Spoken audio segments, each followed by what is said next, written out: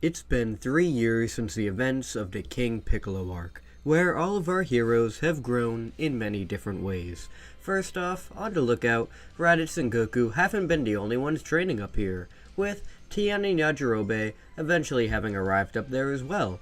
Tien was a suggestion from Goku, since he seemed like he might really needed training the most, being a former member of the Crane School. She really didn't want him to end up like Krillin. He adapted very well on the lookout, being able to take in a lot of Kami's teachings and becoming a much more spiritual man. Goku was very proud of his progress from being just one of Shen's lackeys to a potential candidate for the next guardian of the planet. He has grown a lot in this time, and with training with Goku and Raditz, his powers have spiked a lot, and he can pretty much keep up with the Saiyans now. Yajirobe is also another human who made his way to Lookout, but not by anyone suggesting he come up here, he just made it up here by sheer willpower. He had been training with Kakarot for years, and after he left him, he felt he deserved something better. He went to train and live with Korn for a while, until he figured he needed something better, and made his way to Kami's on his own. Kami initially rejected him and wanted him gone from the Lookout, but Goku told him to let him stay, as he's not a bad guy and more training partners would be really fun. Kakarot had trained him well, since Yajirobe was a very strong Ronin, and even managed to surprise Goku and Raditz with what he could do. The group up here have grown very strong, with Kami even deciding to have them test out the hyperbolic time chamber to see how long they could last in such conditions. Goku and Tien went inside first, with them not doing so well and only lasting for a few months before having to leave. However, Raditz and Yajirobe were able to last a whole hell of a lot longer.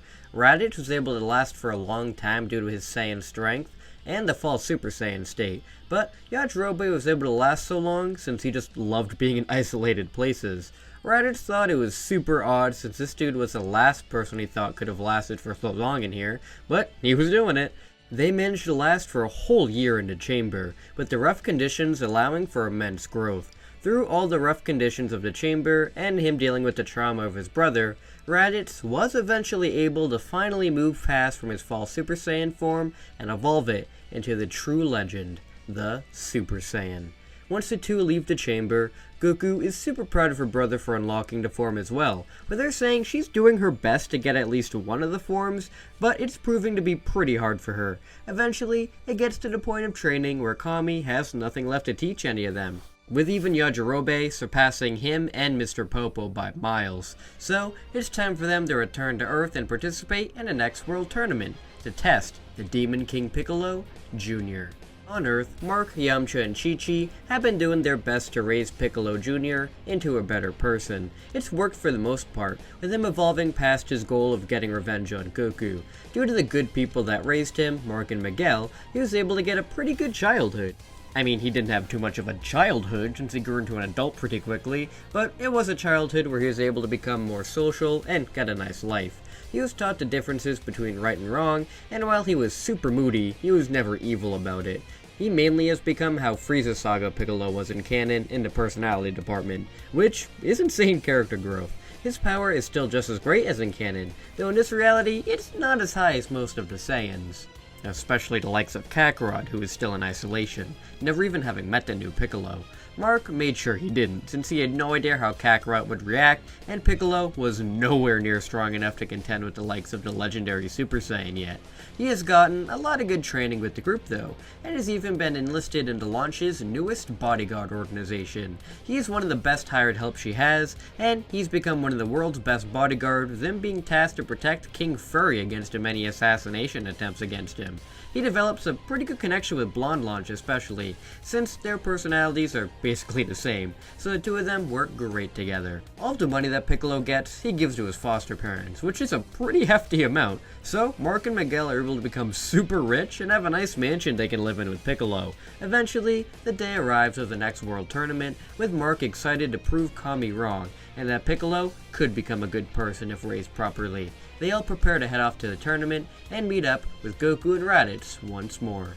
The day of the tournament, outside of the island, there is a large glowing red light forming, with it continuing to form until it explodes into a shape, the shape of a time machine. The time machine plummets into the ocean, with both Trunks and Ranch escaping the pod in time and catching it before it falls into the ocean.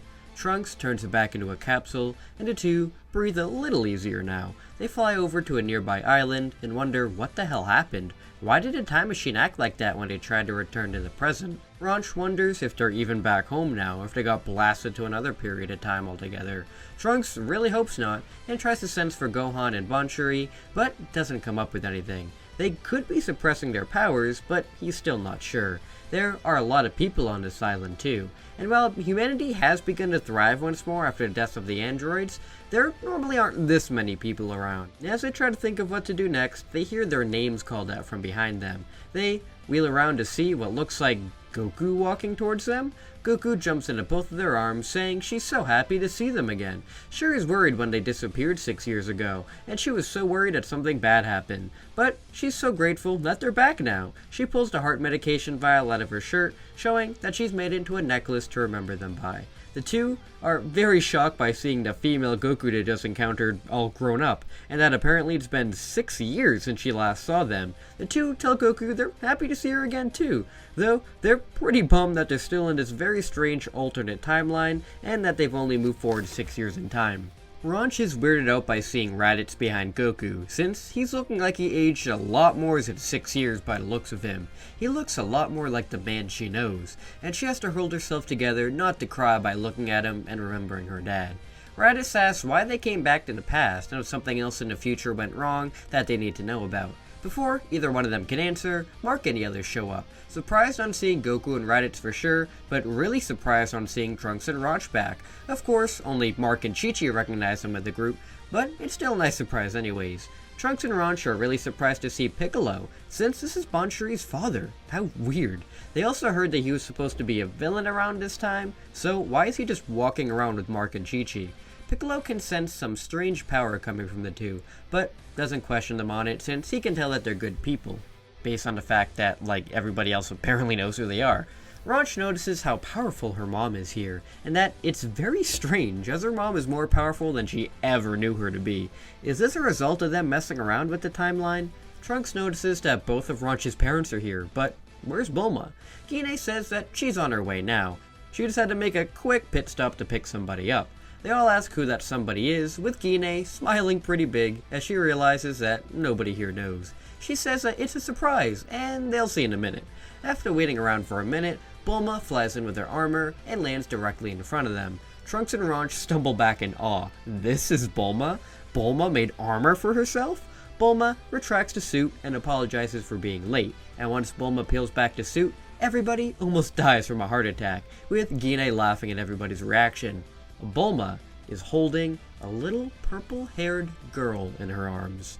Trunks, spazzing out, slowly raises his finger up asking who that baby is, with Bulma glaring at him first, still mad that they abandoned them so long ago, when they definitely could have used her help many times. But she answers the question anyway. This is her daughter, Caulifla. Trunks faints.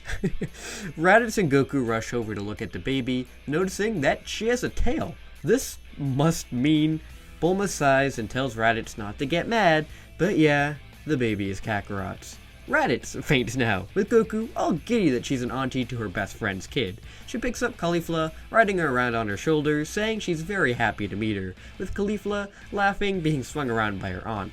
Ranch tries to pick Trunks back up, with her trying her best not to collapse as well. The tournament announcer then announces for everybody willing to participate in the tournament to please enter now, with Ranch and Goku having to drag Trunks and Raditz's unconscious bodies over to the rating area. While the others all go out and for the bout, Gine asks Bulma if Kakarot is going to show up, with her saying no. He's not ready to see everybody again yet, and he wishes them well, but he's just hanging out in the woods, acting all like a Saiyan. Once Trunks and Raditz come to, they both ask how Caulifla happened. Bulma slaps them across the face, saying not to be idiots. It's really none of their business. But after what happened with Piccolo, she went to visit Kakarot a lot. And one thing led to another, and Caulifla was born. She's not old at all, as she was only born a few months ago. While Raditz is surprised that she left him for his younger brother, Trunks is shocked that he still exists. His mom had a kid a lot earlier than she was supposed to, and the kid is Goku's? Or he means Kakarot's? And it's not Gohan, but a girl named Caulifla? Dear God, him and Ranch have changed so much. As everybody goes to get ready for the tournament, Mark almost has a heart attack after he sees who is competing. It's Mercenary Tao. Raditz, Gine, and Goku perk up at that name. Tao? They thought he was in jail. This time, he looks much different. Almost as if he's been enhanced. Enhanced? This gets to Trunks and Ranch. Enhanced like a cyborg? That's impossible. The only one who could have done that is Jiro, and Trunks killed him. Goku growls looking at Tao, saying that while he did kill Jiro, his son, Javo, survived and went on to carry out his father's work. He kidnapped her and did tests on her, with Tao being one of his henchmen. Apparently he's out of prison, and if he is, then that must mean Javo is out as well, and he turned Tao into whatever he is now. Javo? Trunks and Ranch turned to each other. He was there 6 years ago, wasn't he? They had no idea that was Jiro's son. Trunks powers up into a Super Saiyan, enraged that he was so stupid. He should have taken him out as well. He can't allow any relatives of Jiro to survive, and he's going to find him and put a stop to him. Trunks barrels off from the tournament in anger, with Ranch trying to follow after him. But Gine puts a hand on her shoulder, telling her, not now. He has no idea where he even is. He's not in any danger, and plus she can tell he just needs to be away for a while. Ranch only stands down since this is her grandmother she's never met before talking to her. She believes her and hears her out. Piccolo can tell that Mark is rattled by seeing Tao and asks why he's so scared of him. Mark tells Piccolo that years ago, when he was a little boy, his master was killed in front of him at the Satan dojo, and the one who killed him was Mercenary Tao. He dedicated his life to getting revenge and went to Rest City to train in another dojo, where he met Goku and got a new life to forget about Tao. But now that he's right here before him, all the memories are back. He had no idea that he was part of the Red Ribbon Army either, and was the one who experimented on Goku. Now he needs revenge more than ever, and he believes he finally has the power to stop him. Piccolo shrugs it off. He may be enhanced by some kind of robotics, but he's pretty sure Mark can handle it. He'll use his magic to fix the fight and get the two to fight each other. Mark gives Piccolo a hug to thank him, with Piccolo pushing him off, but saying not to mention it. Now, this tournament isn't as serious as the previous two, as the group are really beginning to grow out of the whole world tournaments at this point, but it's sort of a last hurrah kind of tournament, as they know it's probably going to be the last one they attend. Most of the group stay out of it, though we do get some exceptions. For one, Ranch is convinced by the group to join. She's pretty against it at first, as she doesn't want to mess with the timeline any more than she already has, but Raditz tells her he wants to see what a future Super Saiyan is capable of. The tournament is going to go with Mark vs. Tao, Goku vs. Chi-Chi, Tien vs. Piccolo, and then Raditz vs. Ranch. The first match begins with Mark meeting in the ring with Tao, who says that he's surprised to see little boy Mark all grown up, and in this tournament of all places. He would have assumed that he'd go off and hide instead of having to die just like his master. Mark explodes in anger, yelling that his name is Hercule now, and no freaky new robot makeover is going to keep him away. He's finally going to get revenge for his master. Hercule powers up and explodes into his newest buff form, which shocks Tao. Hercule lands a smackdown on Tao, and even with his new cybernetic enhancements, he can't land any damaging blows at all. He straight up just goes for the kill shot, launching a rocket at him, but Hercule unleashes a Kamehameha that blows the rocket away and launches Tao away from the ring as well, making him the winner. Hercule returns to normal, with Goku congratulating him for getting his revenge, though she wishes he kept him a little close by so they could question him about the rest of the Red Ribbon Army. Hercule apologizes and she says not to worry, that they'll just track him down next time. The next match between Goku and Chi-Chi is a pretty fun one, as Chi-Chi gets to show off more of her magic, and Goku gets to show off her Kami training. Of course, it's basically a one-sided matchup, with Goku beating the crap out of Chi-Chi, but it's still a fun match regardless. Then we move on to Tien vs. Piccolo, with Tien testing out how strong Piccolo is and how much he's different from his father for Kami. Piccolo is indeed a very strong warrior, being trained by Hercule, Yamcha, Chi-Chi, and Launch. But Tien has grown a hell of a lot under Kami, so he's able to match up with Piccolo in terms of strength. Their fight would be as brutal as the original Goku vs. Piccolo Jr. fight in canon, with the only exception being that Piccolo isn't trying to kill Tien here since he's not evil. This is a great fight, with Tien taking it in the end of course, but Piccolo isn't mad about that, since it was a great fight. And he also managed to prove to Tien that he's a lot different from his father, so they don't need to worry about him. Now, we move on to the last match of round 1, with Raditz vs. Ranch. Again, Ranch doesn't really want to be in this tournament, but her lust for fighting got the better of her, and a chance to spar with her dad again, she couldn't pass that up.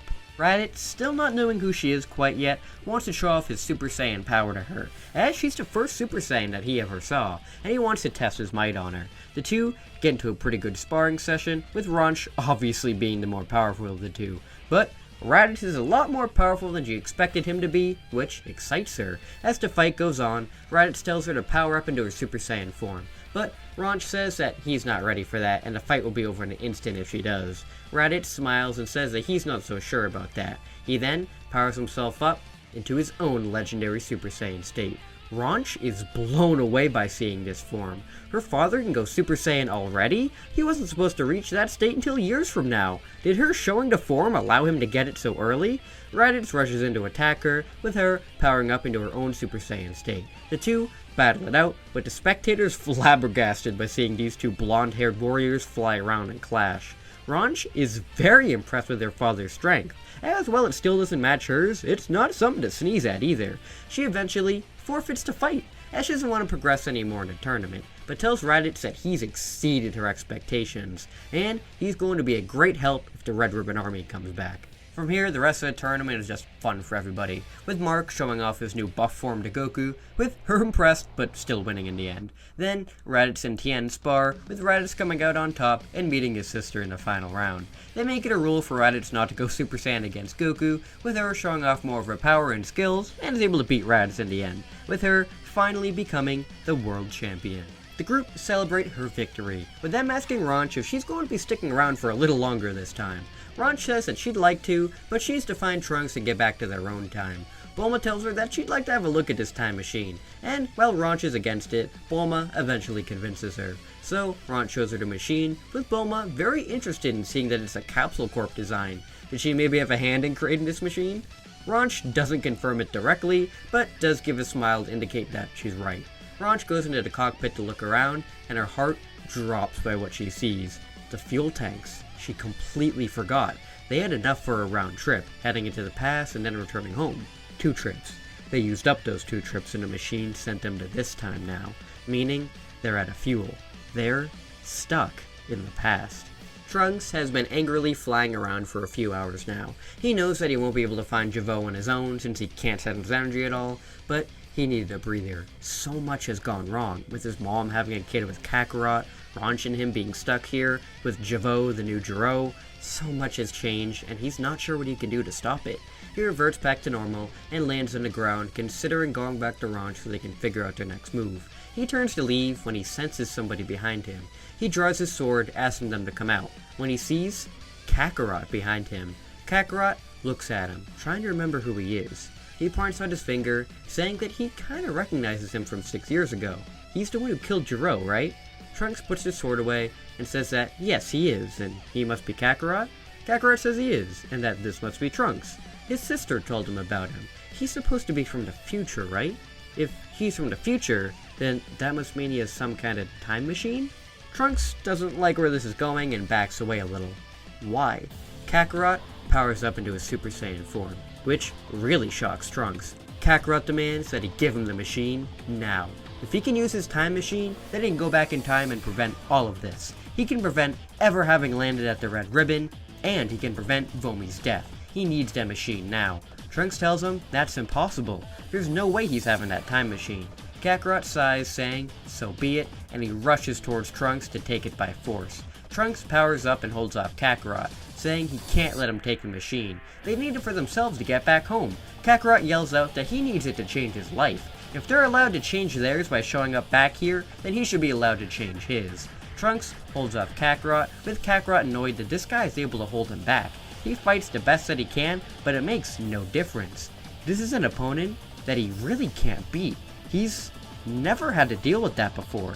As they continue to brawl, Bulma and Ranch show up, with Bulma holding Caulifla in her arms. Seeing his daughter, Kakarot reverts back to normal, and he growls at Bulma, asking why she brought her here. Bulma marches straight up to Kakarot and slaps him across the head. She says that he's really going to try to steal the time machine and go back to prevent his daughter from being born. Kakarot snaps that he didn't mean it like that. He would never do anything to prevent Caulifla from being born. He tries to justify his words with his very young daughter staring at him. He begins to tear up, turning his back to Bulma, saying that he didn't mean it like that. He apologizes to Trunks, saying that he won't ever hear from him again, and he flies off. Ranch helps Trunks recover and tells him that she told Bulma everything, and she knows now. Bulma goes up to touch Trunks' face, and she says that she can see the resemblance. He's her son. And that must mean that Kakarot is his father. That must have sucked. Trunks and Ranch look at each other and don't say anything about Trunks' father. Bulma says that she's going to help them, the way they helped her and the others years ago. She may not have all the necessary tools to fix the machine now, but she'll do her best to fix the machine and get them back to their own time. Trunks smiles and thanks his mother, happy that the cat is out of the bag on the whole reveal. Now they should return to Capsule Corp and get the machine all fixed up. Ranch tells Trunks that while they may be stuck here for a bit, they can do their best to change things for the better. Clearly they can't change the past with their actions, since by the way things are so drastically changed, then they probably would have disappeared by now. So, if they can train up the current Z fighters and find Javot, then the threat of the androids is gone for good. With the people from this era's help, they might be able to get strong enough to get rid of their threat in the future. Trunks agrees with her, and while he's still pretty weirded out by everything that's happened in this time period, he knows that things can look up from here, and that they'll be able to fix everything. Trunks and Ranch fist bump and fly off with Bulma, determined to help this timeline the best that they can to make a better future for everybody. Jocko stands bleeding, barely able to stand on his feet. The Galactic Patrol prison is done for. The Saiyans destroyed almost everything, with so many patrol members dead, just to get to one prisoner. Broly flies up in front of him, his hand extended, ready to take him out. Jocko closes his eyes, disappointed that a super elite like him was bested so easily. Before he is wiped out though, Tarble stands in Broly's way, saying that's enough. Nobody else has to die now. They got what they came for. Tarble has always been the one to calm Broly down, so he lowers his hand and backs away from Jocko. Jocko, relieved, collapses to the ground unconscious. Vegeta walks up to Krillin's cell and rips it open. Krillin tries to fight him off, but he's no match for the Prince of All Saiyans. Vegeta grabs him by the collar and tells him to reveal the location of the Saiyan named Bardock. Krillin whimpers, saying he doesn't know any Saiyan named Bardock. Vegeta raises his hand and erupts into the Super Saiyan form, saying he has one more chance to tell him. Krillin has a heart attack at seeing this golden form once again from somebody other than Kakarot. He bursts out that he doesn't know any Bardock, but he knows a Kakarot, a Goku, a Raditz, a Gine, and there might be some others on Earth, but he has no idea where. The names Gine and Raditz strike Vegeta. Gine, that's the wife of Bardock. He turns to Nappa, asking him if Gine was the one who almost killed him all those years ago. Nappa glares and feels the scar on his chest, saying that yep, that was the wife of Bardock. Vegeta smiles and turns back to Krillin, asking where she is. Krillin says that she's on Earth, with Vegeta telling him that he's going to take them there, and if he finds out that he's lying, then he's going to suffer a fate worse than death. Vegeta kidnaps Krillin, with those two, Broly, Tarble, and Nappa leaving the prison. Vegeta radios to Frieza that they managed to find a wife of Bardock, the one named Gine, and that she's on a planet called Earth. They're taking the Saiyan Krillin there now to see her, and he'll report back as soon as possible. Frieza congratulates the group on a job well done, and he says he's looking forward to find out where the Saiyan who did this to him is. Toma can't believe his ears. He's been on duty today to listen in on what has been going on through the Frieza Force scouters, and he's discovered what Frieza and Vegeta have said. He rushes over to Bardock to tell him what happened, with Bardock exploding into a Super Saiyan in rage. They found Gine on Earth? If he was defeated by that Broly, then there's no way she'll stand any chance. He has to get to Earth now. Toma does his best to try and stop Bardock, since if he couldn't defeat Broly before, how does he think he's going to fare now? Bardock says he's not sure, but he can't just stand around for his wife and kids to be killed. He takes off in his ship and alerts Turles about what is happening, and that they might need backup just in case. Turles tells him he'll try his best to get there in time, and he hangs up. Bardock looks on, hoping he can get to Earth before the other Saiyans, and that he can save his family.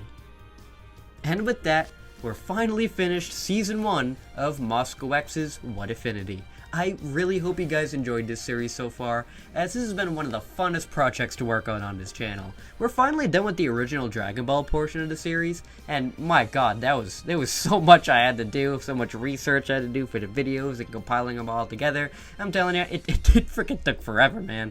And I'm in for a much bigger task with the Dragon Ball Z portion. So I hope you guys are very much looking forward to that, as that's gonna be a freaking wild ride. So if you guys want to see that, make sure to like this video and subscribe, as you'll be able to be notified as when Season 2 premieres. Alright, and before I go, I just want to give a huge shout out to all of my amazing patrons. In the official patron tier, we have Nathan, BBB, Bossmaker, and Michelle Wilmez. In the Moving Up in the World tier, we have Patrick Sandelin, John Lister, Sinshenron92, Oak Woodtree, Boris, Monal, Blake Foyer, True Lightning Striker, Semra, The Boy Swaggy, and Faisal Al-Sharif. In the VIP patron tier, we have Levin726. And finally, in the God tier, we have Tails Homie 99. Thank you, especially Tails Homie 99. You are an absolute god. And thank all of you so very much for watching, and make sure to stay tuned for the full story compilation of Season 1 and for Season 2. Thank you so much for watching, and until we meet again, see you later!